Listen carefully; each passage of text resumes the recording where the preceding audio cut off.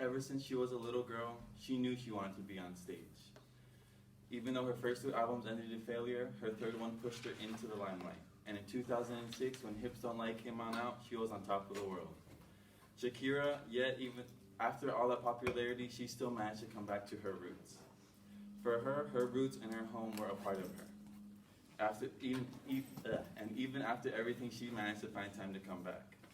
Hearing her story is what inspired me to promote that same change within my own community. Understanding Shakira's beginnings let me appreciate the present and set me on my route. So starting off, Shakira was born in Barranquilla, Colombia. She was the youngest of 8 siblings, so she was the youngest out of the 9. So she attended La Enseñanza in Barranquilla. It was a Catholic school and run by the local nuns. Scott Malcolmson in the New York Times Magazine in his article, Shakira's Children, explains that that school focused a lot on the apprenticeships with other lower income students.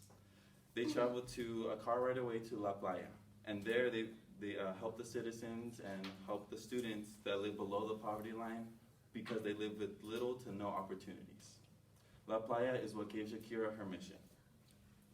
Fast forwarding to her first breakthrough album, which was Pies Descalzos, which literally translates to barefoot.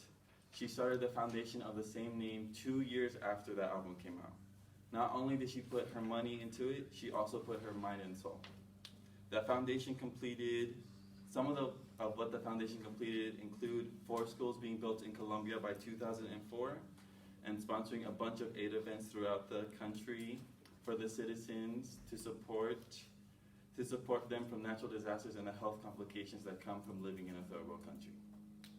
And all of that was according to the foundation's website, Pies Descalzos, and those were only their initial goals. They've continued to work to this day. God bless Shakira and her work, but now we're going to talk a little bit about me. I started my college career in the fall of 2017. Long time ago, yeah. My first year was pretty decent, but I was aimless. I didn't have any goal that I was working towards, and I didn't know what I wanted to do. That following summer, I visited Nicaragua, and I went to where my parents grew up, but more importantly, I went to La Chureca. La Chureca literally translates to landfill, and it was a literal landfill where people would go to when they had no other options. The people who lived there had no other opportunities and were living on their last limb. When I came back, I knew I had to change, but I was struggling to understand why I had to. Eventually, I went down the rabbit hole that is the internet, and I found out about Shakira and what she did. Hearing her story really captivated me to take action within my own community. So, hearing her story set me on my path, and although it was a small start, it was something. I started off by tutoring my younger siblings, and I helped them in any way I could. I wanted to be the resource for them that I didn't have growing up. In my future, I would like to visit and establish my roots back in Nicaragua, going back to help whenever I can. I continue to keep assisting within my own community, so that means here in Hayward, that means back in Nicaragua, and wherever I go in the future. And the ultimate goal would be to set up a program similar to Pies Descalzos in Nicaragua. So I'm gonna go ahead and sum it all up now.